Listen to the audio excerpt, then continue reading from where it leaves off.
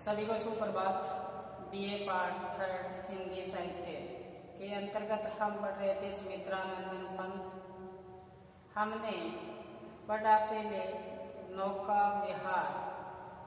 नौका विहार पे आज हम चर्चा करेंगे। इससे पहले हमने चर्चा की एक तारा के माध्यम से कवि ने एकांत में बैठा हुआ चिंतन कर रहा है, मंथन कर रहा है, चारों तरफ से शांति व्याप्त है और चिंतन करता हुआ सोच रहा है तारे के बारे में।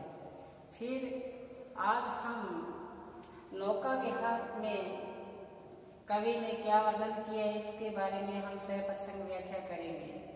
ये जो रचना है ये बोर्ड पे अंकित है। पहले आप इस रचना को पढ़े शांति के साथ। क्या बताया? श्याम सलिंगित ज्योत्स्ना धवल, पलक अनंत नीरव भूतल, सेकत सैया पर दुग धवल, तन्वी गंगा विषम विरल, लेती है श्याम क्लांत निश्चित, तापस बाला गंगा निर्मल, शशि मुख में दिव्य विद्युत कर्तल, लहरे पुर पर कोमल कुंतल, गोरे अंगों पर सीहर सीहर, लहराता तार तरल सुंदर, चंचल अंचल सा नीलंबर, साड़ी की सुकर्ण सी जिस पर शशि की रेशमी विवास से भर सिमटी है वतुली मधुर लहर। तो पहले ये रचना है। इसके नौका विहार में कवि ने गंगा नदी का यहाँ वर्णन किया है। गंगा नदी का वर्णन, उनकी शोभा का, उनकी सुंदरता का यहाँ वर्णन किया गया है। और वर्णन किया है तो गंगा नदी का यहाँ पे एक नायिका बताया है। गंगा नदी को गोरे अंगों वाली एक क्या बताया है? नायिका बताया है। और जिसके केश राशि कुछ नीली और काली है, इसलिए नीले रंग की साड़ी पहन रखी है। रात्रि के उसके कपड़ों पर निर्मल चांदनी फैल रही है। इसके बारे में कवि ने यहाँ पर बताया है। गंगा की सुंदरता, गंगा के रूप सौंदर्य का यहाँ क्या किया है? वर्णन किया है। तो नौका विहार के अंतर्गत हम पढ़े गंगा के बारे में। तो क्या बताए? शांत स्निग्ध ज्योत्स्ना धवल। आप यहाँ पे साथ साथ में, मैं पंक्ति का उच्चारण करूंगा, आप साथ साथ में इस पे दृष्टि डालते जाए। तो बताइए शांत स्निग्ध ज्योत्स्ना उज्ज्वल ज्योत्स्ना धवल, पलक नीरव भूतल। तो इसके अंदर कवि ने गंगा नदी की रात्रिकालीन शोभा का वर्णन किया है। रात्रि के समय भूतल पर सभी जगह शांत, रात्रि के समय भूतल पर सभी जगह शांत, स्निग्ध और उज्ज्वल चांदनी फैल रही है। उज्ज्वल क्या है? धवल का से उज्ज्वल चांदनी फैल रही है चारों तरफ से, शांत वातावरण के अंतर्गत फैल रही है। सारा वातावरण एकदम सुनसान है, एकमात्र निरवता व्याप्त है। इसके बाद में बताया कि सेकत सैया पर दुग्ध धवल, तन्वी गंगा विषम विरल, और लेटी है शांत क्लांत निश्चित। तो ऐसे में दूध के समान तो क्या बताया है? दूध के समान सफेद राशि की सैया पर ग्रीष्म ऋतु के कारण कम जल वाली, ग्रीष्म ऋतु आती है कम जल वाली, यानी कृष्ण अंग वाली नायिका जैसी गंगा नदी थकी हुई सी प्रतीत हो रही है, ऐसी लेटी हुई दिखाई देती है।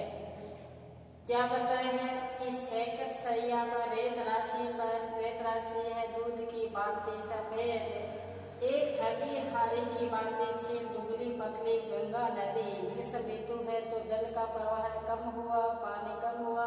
तो कवि की तुलना है कि वो एक थकी हुई नायिका की भांति वो कलांतका से थकी हुई शांत लेटी हुई है गंगा नदी।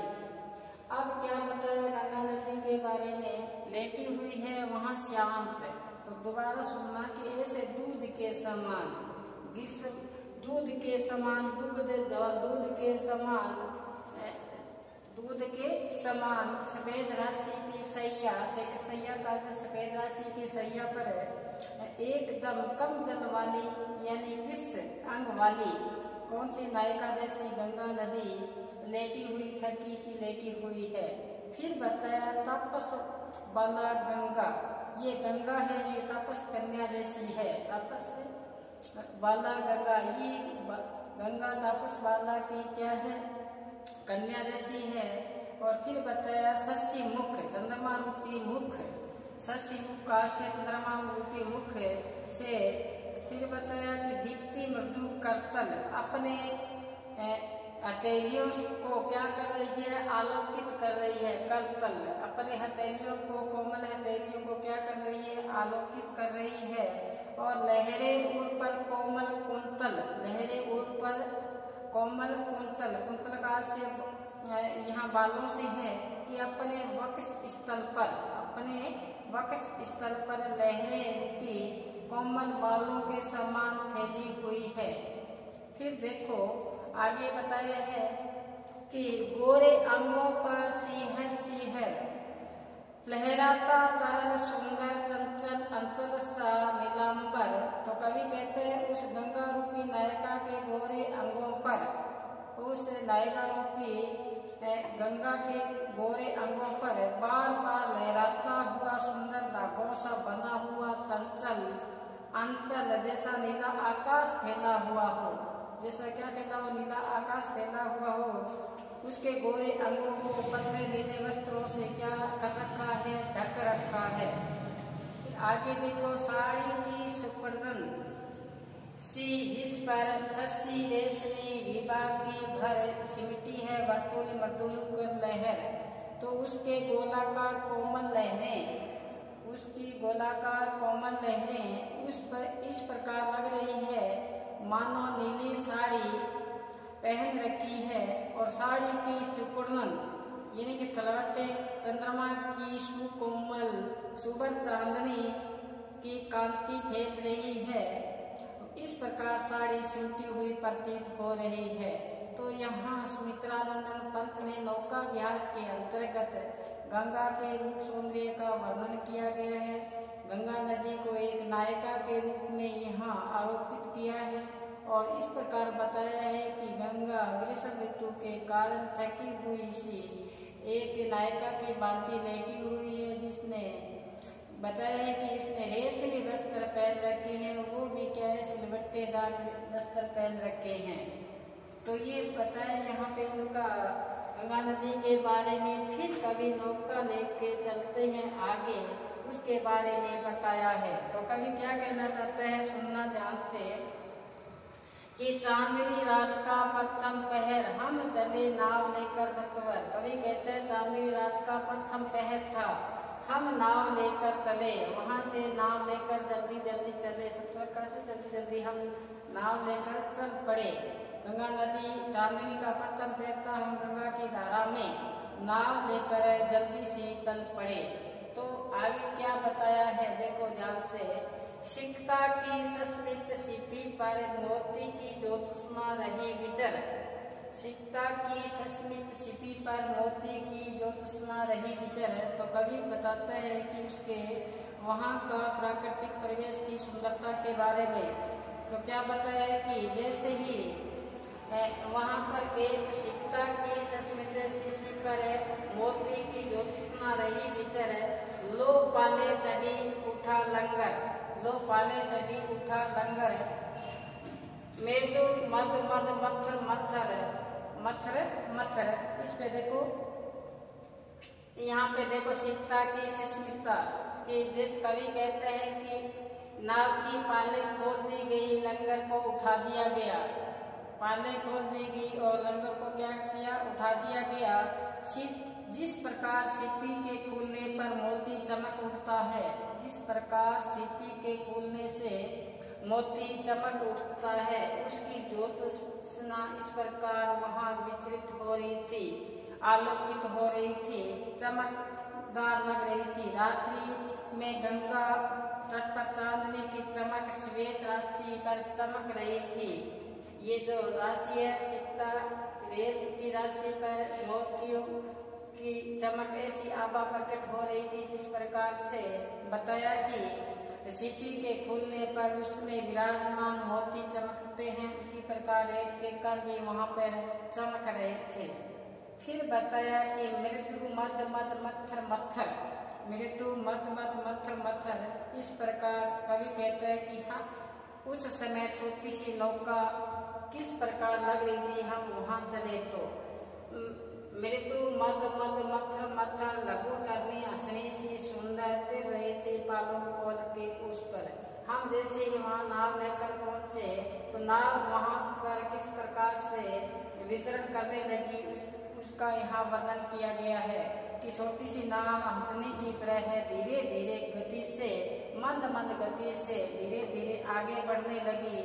और क्या पता है कि ऐसा लगने लगा जैसे तिर रही हो पाले के ऊपर, ये धीरे धीरे मंथन मंथन धीरे धीरे पालों के ऊपर से क्या हो रही है, तिर रही है, तैर रही हो। आगे बताया है कि निश्चित जल में शुभ दर्पण पर प्रतिबिंब रजत कुलीन निर्भर दोहरे ऊंचे लगते क्षण भर, निश्चित जल के सूची दर्पण पर बिंबित हो रहा रजत कुलीन निर्भर दोहरे ऊंचे लगते क्षण भर। तो कवि कहते हैं उसमें गंगा जल स्थिर होकर समस्त निर्मल दर्पण जैसे लगता है। पानी जब एक जगह शांत रहता है तो उसमें अपना प्रतिबिंब देख सकते हैं। तो वही बात यहाँ बताई है। कवि कहता है कि उसमें गंगा का जल स्थिर था तो उस स्थिर जल में स्वस्थ और दर्पण की भांति लगने लगा।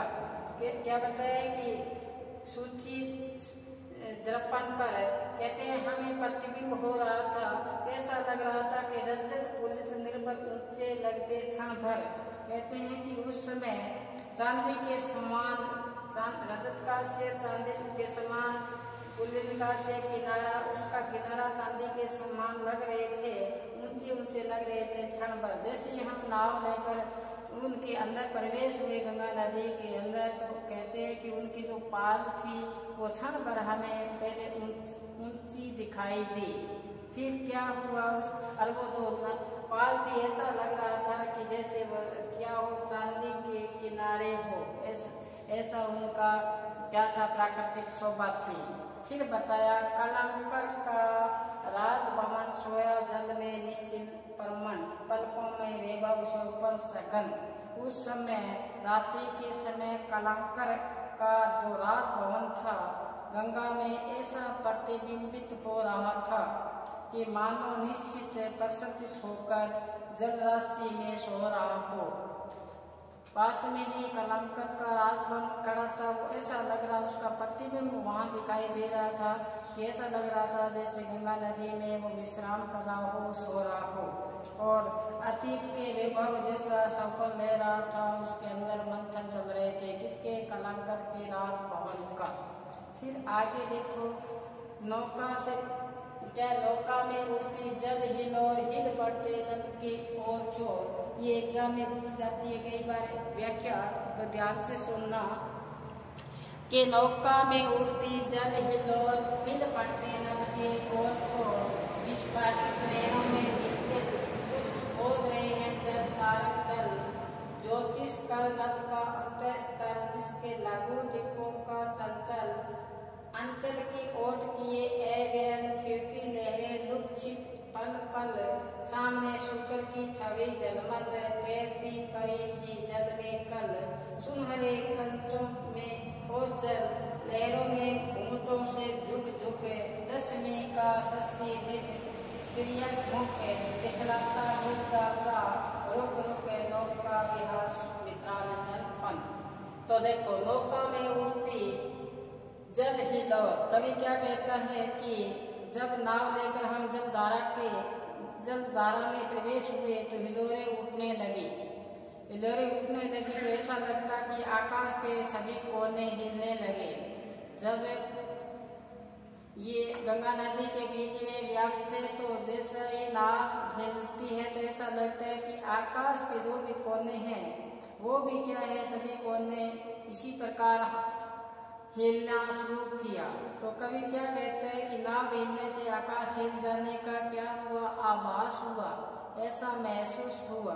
तो क्या बताया है आगे, विस्फाटित नयनों से निश्चित कुछ खोज रहे जल तारक दल। उस समय रात्रि के समय चमकने वाले तारे, उस रात्रि के समय चमकने वाले तारे स्थिर होकर ऐसा लगा जैसे आंखों खोलकर कुछ खोज रहे हो। आंखें खोलकर क्या कर रहे हो, कुछ खोज रहे हो। और ज्योति से आकाश के मध्य को क्या कर रहे थे, आलोकित कर रहे थे तारे। तारे वहां प्रकाशमान थे और ऐसा कवि का मानना है कि वो तारे ऐसे लग रहे थे जैसे आंखें खोलकर कुछ खोज रहे थे। और कवि कह रहे हैं कि वहां उन तारों से विराजमान प्रकाश से वो जगह क्या हो रही थी, आलोकित हो रही थी, प्रकाशमान हो रही थी। तो ये आया ना कि ज्योतिष कर नभ का अंतस्थल, वो तारे कुछ खोज रहे थे जल तारक दल। तारे आसमान में कुछ खोज रहे थे ऐसा प्रतीत हुआ और वो ज्योति फैला रहे थे वहां पे अंतस्थल पर, जिनके लघु दीपों का चंचल अंचल की ओट की एगरेट फिरती लहरें लुक छिप पल पल। तो कवि क्या बताया है कि ज्योतिष नभ का अंतस्थल हुआ जिसके लघु दीपों का चंचल, उस तारों रूपी दीपों को अपने चंचल अंचल की ओट में लगातार बने लूटने वाली लहरें क्षण भर के लिए परिवर्तित हो रही थी। यानी सामने शुक्र तारा चमक रहा था, सामने शुक्र की छवि थी वो जलवा रही थी। और ये जो तारे थे रात्रि के समय चमकने वाले तारे, उसमें तारों रूपी दीपों से चंचल की ओट में लगातार टूटने बनने का क्षण क्या हो रहा था, परिवर्तित हो रहा था। फिर बताया है सामने शुक्र की छवि, सामने शुक्र की छवि जल में था। सामने शुक्र तारा की जो छवि थी वो क्या हो रही थी, चमक रही थी, अपनी आभा फैला रही थी, प्रकाश फैला रही थी, तैरती थी जल कल में। यानी कि उसकी छवि गंगा के पवित्र जल में तैरती हुई, जलमती हुई प्रतीत हो रही थी। फिर बताया कि रूप हरे कच्चों में ओझल, कहते हैं कि ऐसा लग रहा था कि मानो निशा रूपी नायिका अपने बालों के घेरों को क्या कर रही थी, ओझल कर रही थी। जिस प्रकार नायिका अपने मुख पर क्या डाल लेती है, केस डाल लेती है, तो चारों तरफ से क्या है कि उसकी आभा है वो मंद पड़ जाती है। उसी प्रकार यहाँ बताया कि ऐसा लगा कि निशा रूपी जो नायिका है अपने बालों को चेहरे पे डाल दिया हो। तारे ऐसा लुक छिप क्या कर रहे थे, खेल रहे थे। फिर बताया घूंघटों लहरों के घूंघट में झुक झुक, लहरों के घूंघट में झुक झुक, दशमी का शशि निज त्रियक मुख दिखलाता मुग्धा सा रुक रुक। तो कवि कहते हैं कि उस समय लहरों का घूंघट धारण कर रखा है और दशमी का चंद्रमा रूपी मुख ऐसा लग रहा है जैसे प्रदर्शित हो रहा हो। और मानो नायक मुग्धा नायिका रुक रुक कर दृष्टिपात कर रही हो। मुग्धा नायिका क्या कर रही हो, दृष्टिपात कर रही हो। तो ये कवि ने बताया कि हम नौका जैसे ही जल में उड़ती और तो हिल उड़ते नभ के ओर छोर, जैसे ही नाव वहां प्रवेश किया, नाव ने कहाँ पे, ये गंगा नदी के बीच में, तो नाव हिलने लगी। तो कभी भी कल्पना है कि नभ के सारे कोने हैं वो भी क्या शुरू हुए, हिलना शुरू हो गए।